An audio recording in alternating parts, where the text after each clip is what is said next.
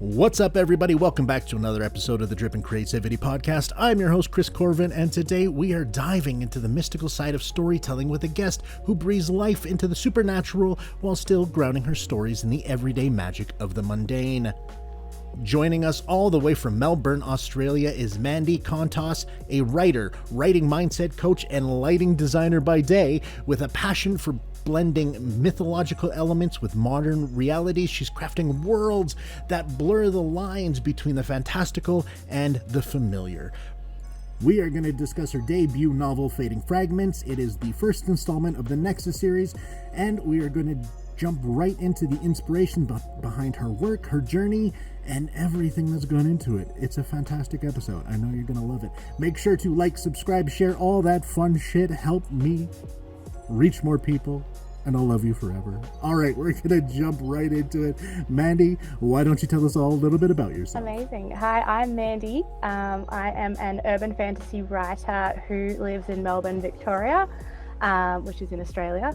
I am also a writing mindset coach, so I tend to help writers with getting unstuck and working through inner editors. I've recently published my first novel and I'm working on my second novel. I have a black tuxedo cat called Raja, which means I'm really obsessed with Aladdin. I don't know what else there is to say about me. You know what? That covers pretty much all of it. I think kind of the easiest and best place to start is rolling it right back to the moment you first knew you wanted to be a writer. Let's talk about that. Yeah, I guess this is a tricky one because as a child, I actually hated anything to do with books. And I had an auntie who kept every birthday, Christmas, Easter would be like, here's a book. And I'm like, I don't want to see this. So it was very much like, okay, cool, let's actually try this. And I got a book that she gave me. I remember very vividly, I was about 11. And it was Tomorrow When the Wars Began by John Marsden, which is a very big classic for us Australians. And I read that book cover to cover and just knew that I needed to devour everything. So I finished that entire series.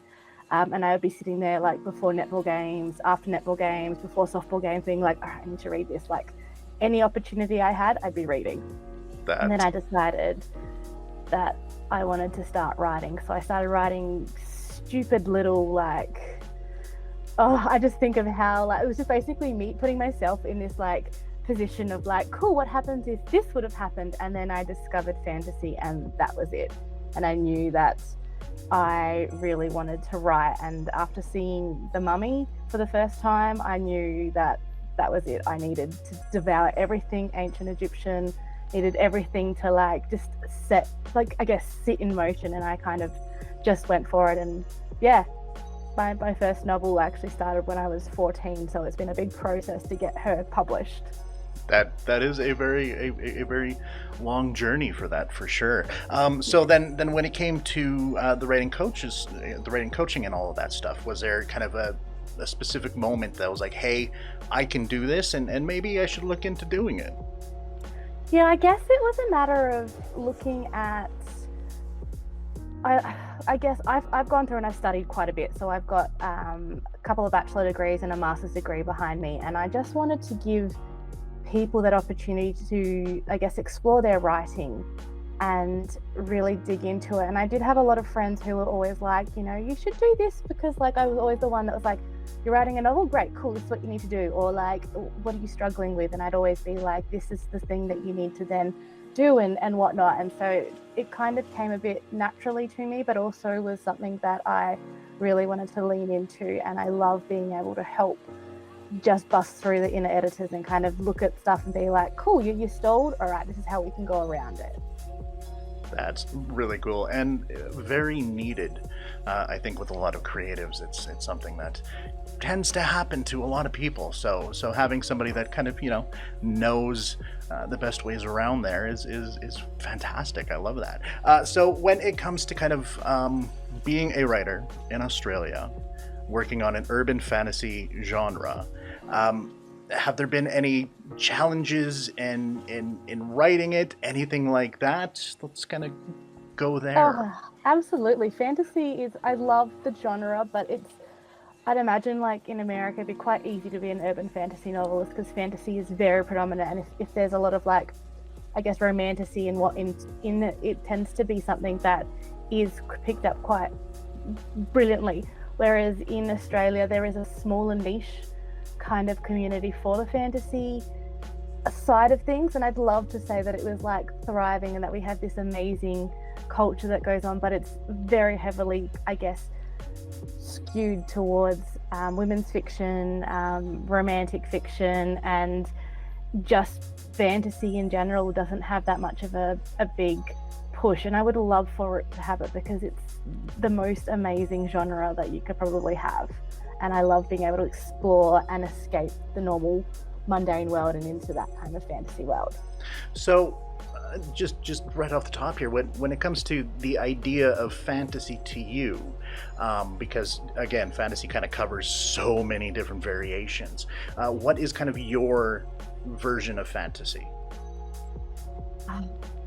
I specifically like urban fantasy because I like the idea of being able to look at the mundane world and seeing what's there underneath, because a lot of the time the world itself for me is at times very challenging, but I like the idea of being able to see the mystical underneath it. So I never got to read a lot of the epic fantasy because I just was not into that. I loved a lot of Laurel K. Hamilton, Rachel Vincent, Melissa Marr, J.R. Ward, those kind of, like, there was a heavy kind of romance push to it, but there was a lot of fantasy that worked with kind of what I loved doing.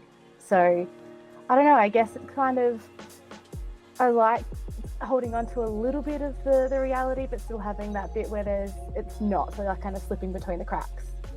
I love that. That's my personal kind of favorite fantasy too, is taking something that everyone sees all the time and go, yeah, but what are you not seeing in that? Exactly. You know, love that so much. So was there a particular point during your education and even when you started writing where you kind of shifted perspectives because of something that you learned and it just kind of changed how you approached things? I think a lot of it was just very character driven. A lot of the time, I kind of see the evolution of my writing is when I first started, it was very dialogue heavy, which I tend to, you know, as a kid, you're like, cool, let's talk about those different ideas and kind of conversations that we have. And then as I kind of started my first degree, I was like, well, let's look a little bit beyond that and let's start looking at the settings and the, I guess the introverted part of like what actually makes a story a story. So then it heavily went into kind of that interior dialogue, and then from there I learned I guess the different values of how important a character that is well built and well slotted into a world actually makes a story different in everything, and that characters are essentially the story. So without a character that's well built up, there is no story. So being able to see, I guess, the theory behind that and watching that evolution is something that probably changed a lot of my characterizations. It actually probably changed my novel because I ended up adding another narrator into it where there originally wasn't. So it was kind of cool to play with that. Yeah, I don't know. I'm a big character person myself, so I completely love and get that so much. How do you kind of balance the demands of a day job with the with the creation and the writing aspect of what you want to do? Oh my god, I don't. I also work full-time as a buying assistant for a lighting company, so I've got that plus my writing mindset coaching plus my novel, which is why book 2 is I'm struggling with it. I'm at 30,000 words out of my prospective 120,000 and I'm struggling. So it's I guess it's hard because it's a matter of trying to find what works, because there's no such thing as balance. There's always going to be a skew between how much you work, how much you read, how much you write. So it's just finding what works for you. And at the moment, I'm not quite there, but I'm getting there. I said that earlier today in my interview where I was like, how do you do it? I don't. Not very well at all. Someone tell me how to do it. I'm trying. That's about the best I got. I don't know. Exactly. So how has, as the role of being a mentor and helping people with all of that, have you noticed that actually helping your growth and your own creation? Yeah, it's actually funny. At the moment, I have a client who she's writing her first novel, and I was like, "You need to pick one." She's like, "I've got so many." I'm like, "Just pick one." And we had our call, and she was just chatting, and I was like, "Okay, cool. That character that you said needs to, come in earlier." And then I was just like, once I got off the call, I was like, "Do I need to add a character in earlier in mine?" So like a lot of it is kind of like, okay, cool, I understand I've said that to this client, but like maybe I need to look at mine. So I'm like, oh, and so I've now figured out how to make it work just by chatting to somebody else about their project. And then I'm like, oh, actually, that will work for mine. So then I can kind of work back from that. So a lot of it is, I feel, is a little bit personal gaining, but just because like being able to talk to somebody and bounce off ideas for their project then has that little thing in the back of my brain where it's like, ooh, that makes sense, and then I can apply it to my own writing and then come out from that. Oh, completely. I mean, that is actually something that can translate very well into everyday life. Just in the fact of, it's always easier to give advice than to take it yourself. So by even saying to somebody, have you ever thought about doing this? And you're like, shit, have I thought about doing that? Done that so many times. Absolutely. So how has your writing kind of evolved from when you first started and now right into your debut and then working into everything else? Oh my God, it's gotten a lot better, that's for sure. I think it's just, because I've been able to focus on various parts of it, it's just a matter of fine-tuning things, and editors and just people to bounce off are imperative to any kind of writing journey. So like I've been very lucky to have friends who are like, this is amazing, or maybe you need to do this, and then having an editor where it's like, okay, this is half-baked, you need to kind of mull on that. And that I always think, I'm like, no, it's perfect, leave it, don't touch it, but then you have to go back to it. So it's I don't know, I think it's just learning as time goes by and as you get older and the characters sort of evolve, you just kind of know, and you look through it and you're like, okay, it's significantly better than what it was. Like I actually have floating somewhere around my office, I was at my mum's house and I found the first iteration of Faded Fragments, and I was like, oh my God, and I looked at it like, oh my God, it's completely different. And I was like, thank God I grew up a little bit and knew what I needed to bring out to add in and stuff like that. So it's very different from what it was. And that's honestly, I think that's how it should be. A lot of times a writer will kind of just push it out like, nope, this is what my mind saw. And then, it's like most things, you kind of take a step back for a bit and then relook at it and go, oh yeah, no, there's a lot of things I would do differently now. Definitely. Kind of bouncing off of the editor and your circle there, the people that you kind of bounce ideas off. How important is it to develop that inner circle of people you trust? Oh, it is probably the most important thing. I know my best friend actually just released her second book yesterday, and it's just a testament to see how far she's come and being able to support her and knowing that I can get that support back. And it's just beautiful. Like I have other friends at the moment, I'm doing alpha readers, and I'm just like, have you read it? And then they have, and then they're just like, this is what, you can try and, add to it and take. And I'm like, you've only seen a snapshot of it. So I was like, hold that thought, because I do carry it through, but like it's just a matter of seeing it. So like sometimes it's great for that. The other times it's like I text them and I'll be like, I can't do this. They're like, why are you procrastinating? Get off your phone, get off scrolling and stuff like that, and sit down and write. And I'm like, oh, but I don't want to. And they're like, you need to. So I'm like, all right. So sometimes that little bit of tough love is good, but also that balance of being able to have them praise you is also really good, and it just gets you going. Definitely. I know it's something I've talked about with other authors when you're developing kind of your own inner circle. One of the biggest issues that has come up has been the idea of how do you find people you can trust? And because there are quite a lot of bad actors out there who really enjoy tearing down writers, and it's disheartening. Yeah. Like, how do you kind of go about finding the good people, do you think? I think it's a matter of just culling through. I've had people in my life who have done that as well, where they've told me that, all I focus on is my novel, and I'm like, yeah, it's my life's work. And I've also had people being like, your writing is terrible, and I'm like, okay, that's your opinion, that's not my opinion.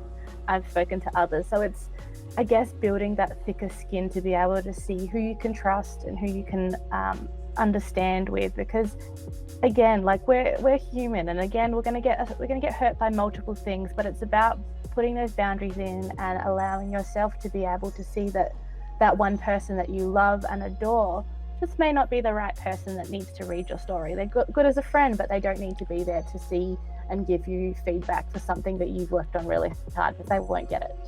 Whereas there are others who will actually be like, this is amazing, you've worked really hard, I can see it, this is going to go places. So it's just that balance of trying to find that, and it's hard, but you just have to trust your gut and essentially go from there. Love it. That was so well phrased too. That was so good. That's so good. Let's kind of talk about your book there for a bit. What kind of inspired the world of Faded Fragments, and how did the idea evolve, as we've mentioned here, over time? Yeah, this is so funny. Every time I'm like, tell me what your book's about, and I'm like, no, it's just here, read it. That's all I need to say. But I guess it started from the love of watching The Mummy and falling in love with Brendan Fraser, because who did not fall in love with Brendan Fraser at that time? Like, hello. That movie, every single person in that movie was entirely too hot. It was too much. Absolutely. Too and much. I just think, I'm like, Rick and Evie are like the perfect couple that anybody could ever, and no one can like, what do you call it, fight me on that, because I will say that till the end of time. I'm with you. I'm like, it's so good. But yeah, I guess being able to see that, and I had a fascination for anything Egyptian, so like it kind of, I guess, made it a little bit more level. Oh my god, I can't even talk. I made it a little bit more kind of just made me obsessed, really. So I kind of want to just devour everything, and I had this specific scene that actually came into mind and started everything. And it was basically my English teacher in year 9 had said to me that I needed to, as a group, we needed to come up with a story, write it out. And I was like, brilliant. So like I wrote out this scene, it was amazing, I loved it.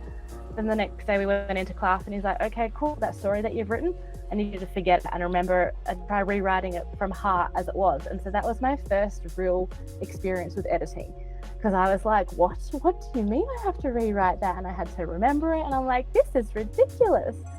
But got through it, and then from there I kind of was like, well, I really am enjoying the 3 characters. So I have 3 main characters. Lucy is the main narrator that we have. Then we've got Liliana and Travis, and the 3 of them are basically the same side of a triangle, so they've got this bond together, and it's always been something that's fascinated me. I've always loved the dynamics of having a male friend as well as having a really close female friend, and working that dichotomy together. And it actually mirrored a lot of my life. I had a girl best friend and a guy best friend growing up in high school and whatnot, so it's kind of like that kind of real life situation. But it just, from there it evolved. I just played with it and kind of just wrote bits and pieces of it. It was originally called The Kiss of the Dead, which as a teenager I was like, yeah, that's a great name, and I'm like, it's a terrible name. So as it then evolved, I got to my last year in high school, and I had another English teacher. Like, I think this is saying a lot, because my English teachers were so just influential over everything that I did, and they kind of made me fall in love with writing. And I wrote a scene which is still partly in the book now, but it was about Lucy self-harming herself and Travis finding her. And I remember passing it up as an assignment, and I gave it up there and didn't think anything of it. I'm like, yep, cool, it's a story. And Mr. B, he actually called me over, and I was like, what's going on? He's like, I just need to talk to you. And I'm like, okay, cool. And then he physically grabbed my wrists and he looked at them to be like, I'm like, what are you doing? He's like, well, I just need to know that there's no physical, you haven't actually done it and it's not coming from you. And I was like, no, I'm just literally writing. He's like, because you wrote that story as if it was you.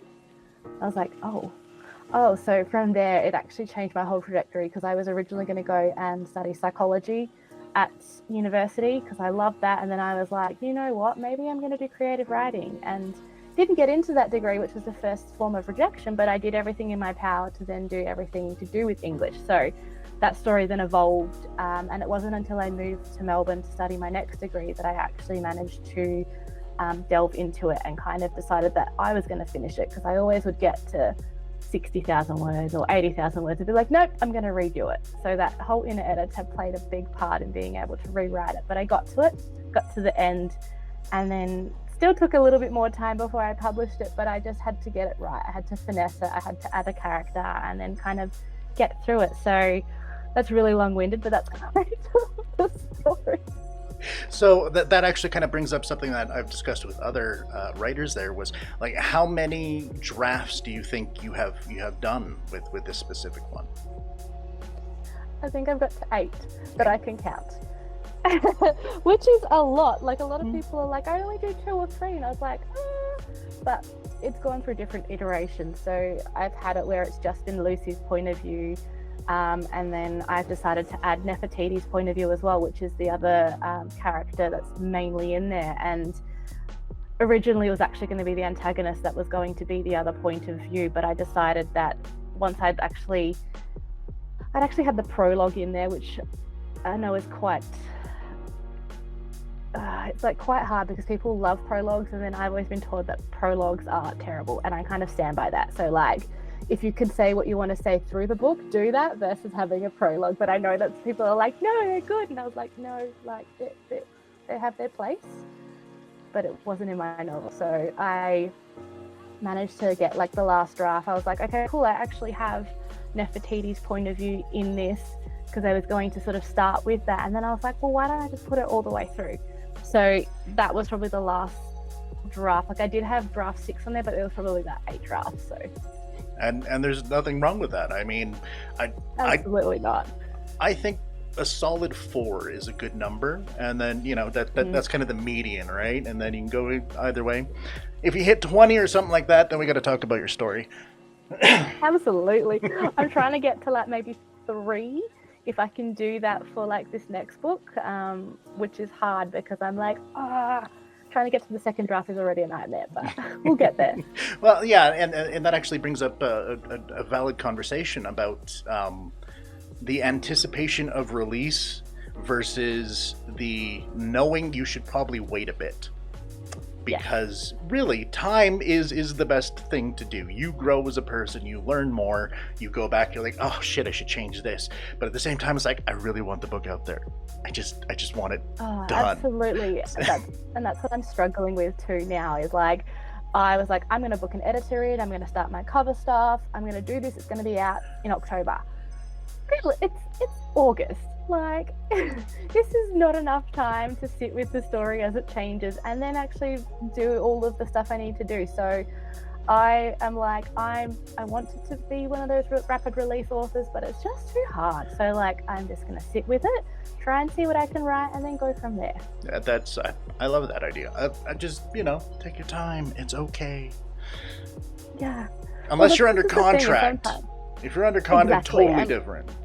Yeah, and as a self-published author, I don't have that contract dilemma. I can put out a book whenever I want, but like, it's that whole like holding myself to accountability and being just so hard on myself to be like, it's going to come out at this time, and I can't actually do it, but I'm going to do it.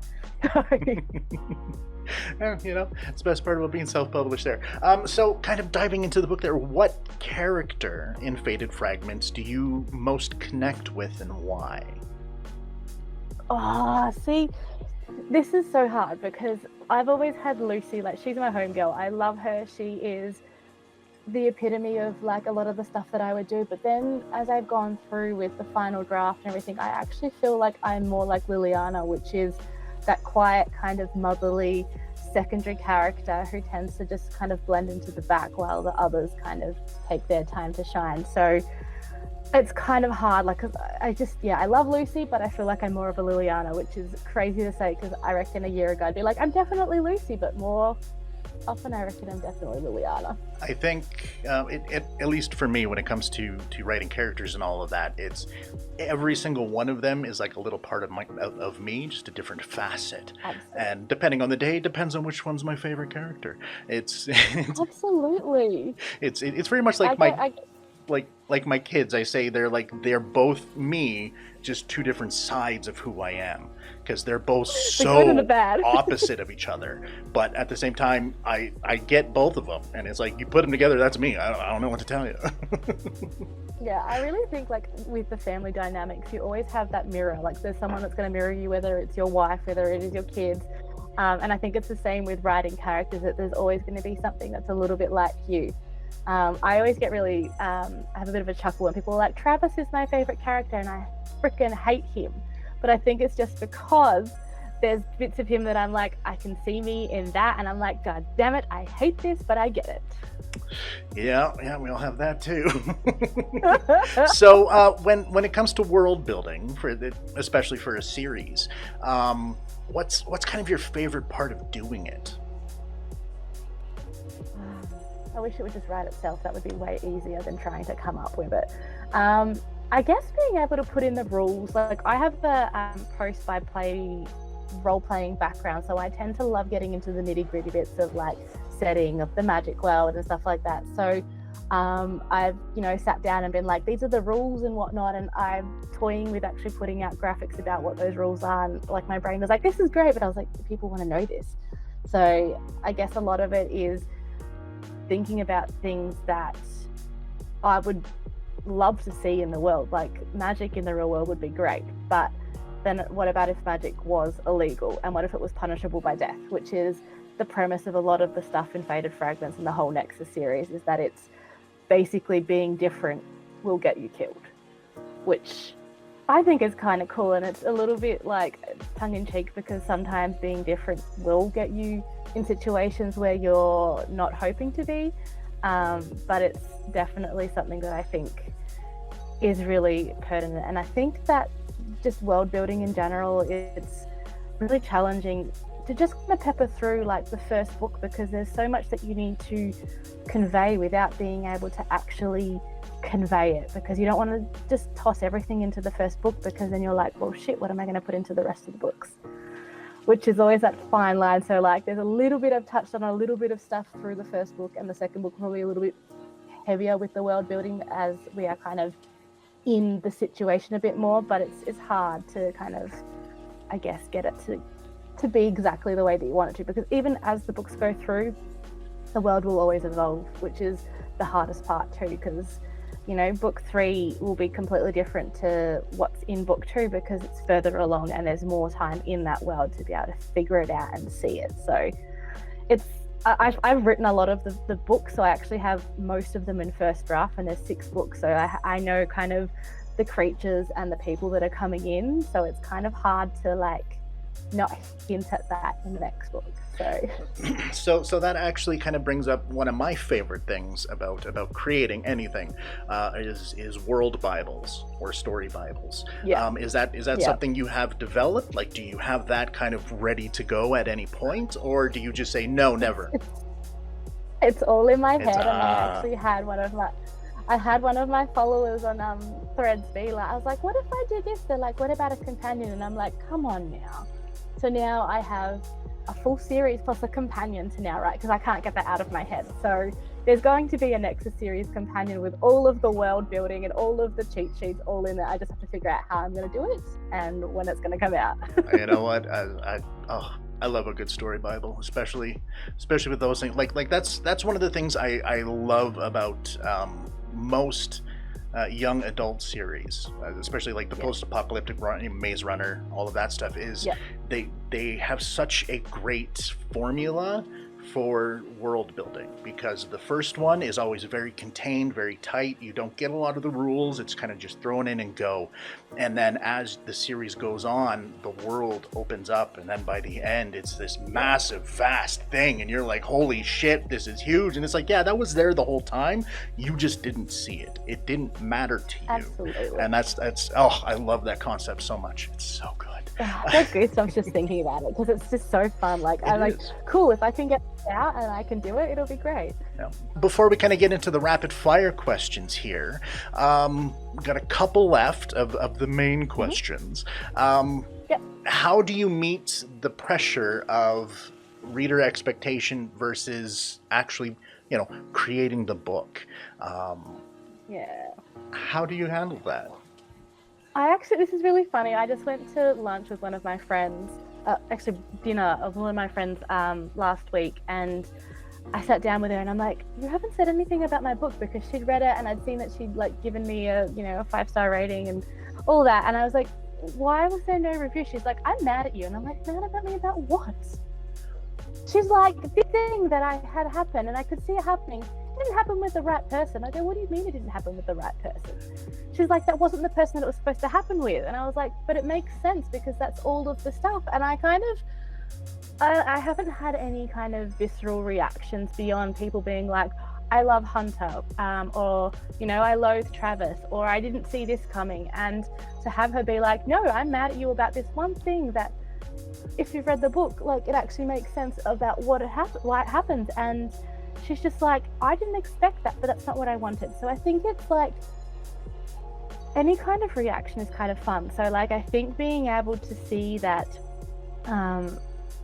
that coming through is actually really interesting, because the next book that I have is situated on 2 different characters. So there's still a character that we've been introduced to in Faded Fragments, but the next book is solely focused on Lucy's brother, Devon, and Ashona, who is a Selkie. So it's something that, like, she's just like, I'm not ready to leave the world to go into something else. I'm like, but you still get snippets of it. And she's like, but it's not the full character. And I'm like, well, you've got some books to get to before you get back to that full character.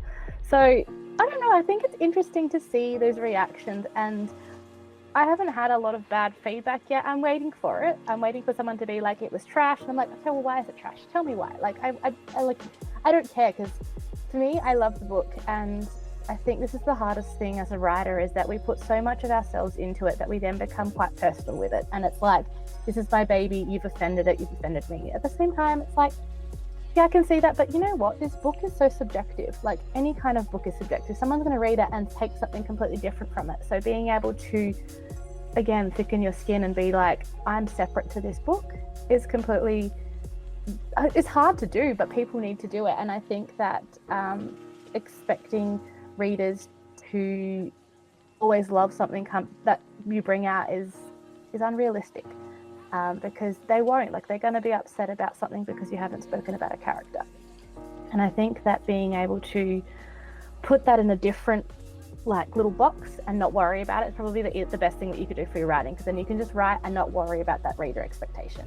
I don't know if that answers the question, but like... You know what? It did. That was beautifully put. I loved it. What do you kind of hope that a reader does take away from reading the story? Like, what's kind of the overall impression you are hoping to bestow onto them? See, I have this question with a lot of people that I ask, and I've never actually thought about it for my book, so I'm like, holy shit. I think the best thing that you could probably take away from it would be that you're stronger than you think. And a lot of the times we always think that we are not able to do those things that we think is hard.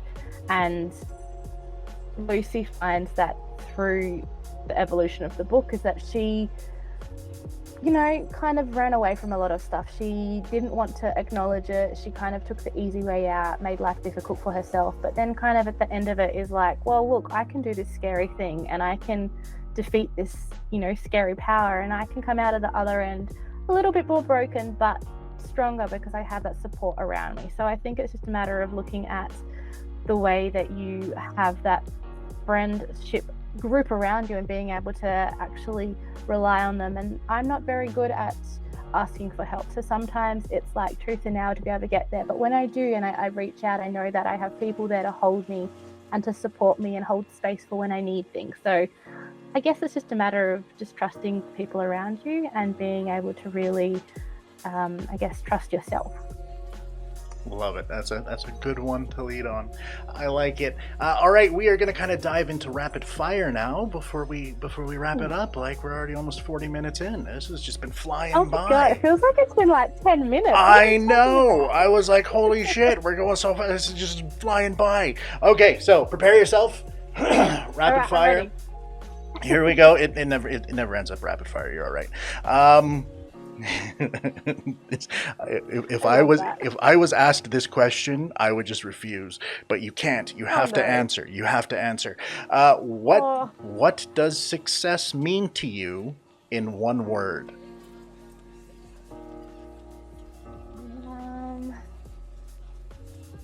Movie deal. That's one word for the little thing in between. You know what? I'll accept it. I'll take it. That's good. That's good. I like that. I like it. Hyphenated. If you could write a letter to your past self, what is the one piece of advice you would give? Ooh. Don't change anything because it'll all work out in the end. Love it. Love it. What is the most profound lesson that one of your characters has taught you? Ooh. Sometimes it's good to not give a fuck about anything. Solid. Dig that. Dig that. And if you had to choose between love and creativity, which would you pick? Creativity. Wow, I was just right there. I was right there. Holy I could shit. do without love. I need my creativity because Dude. without creativity, how do you love? Man, I was just, beautiful. I'm going to throw that on a shirt. That was awesome. How do you define happiness? It's a good summer day with a good, nice drink, and I feel like that's all you need. Like, you just need the sun, a drink, and maybe a book or two. Man, that was good. You're good at this. You should be a writer, I'm telling you. Oh, damn. And you're just quick with the answers, too. This is like the fastest rapid fire I've ever had. Oh, so this is what rapid fire is supposed to be. It's meant to be fast.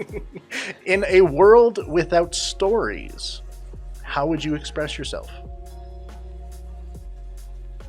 Probably through... I'm gonna say fighting. I like boxing, so like I'd probably be like, I'm gonna just punch everyone.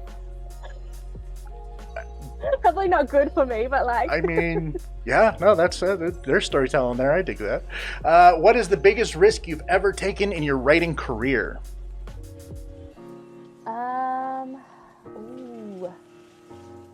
Probably moving interstate and studying and leaving all of my friends and family behind and starting basically a new life, which has got me to where I am today. That's, you know what?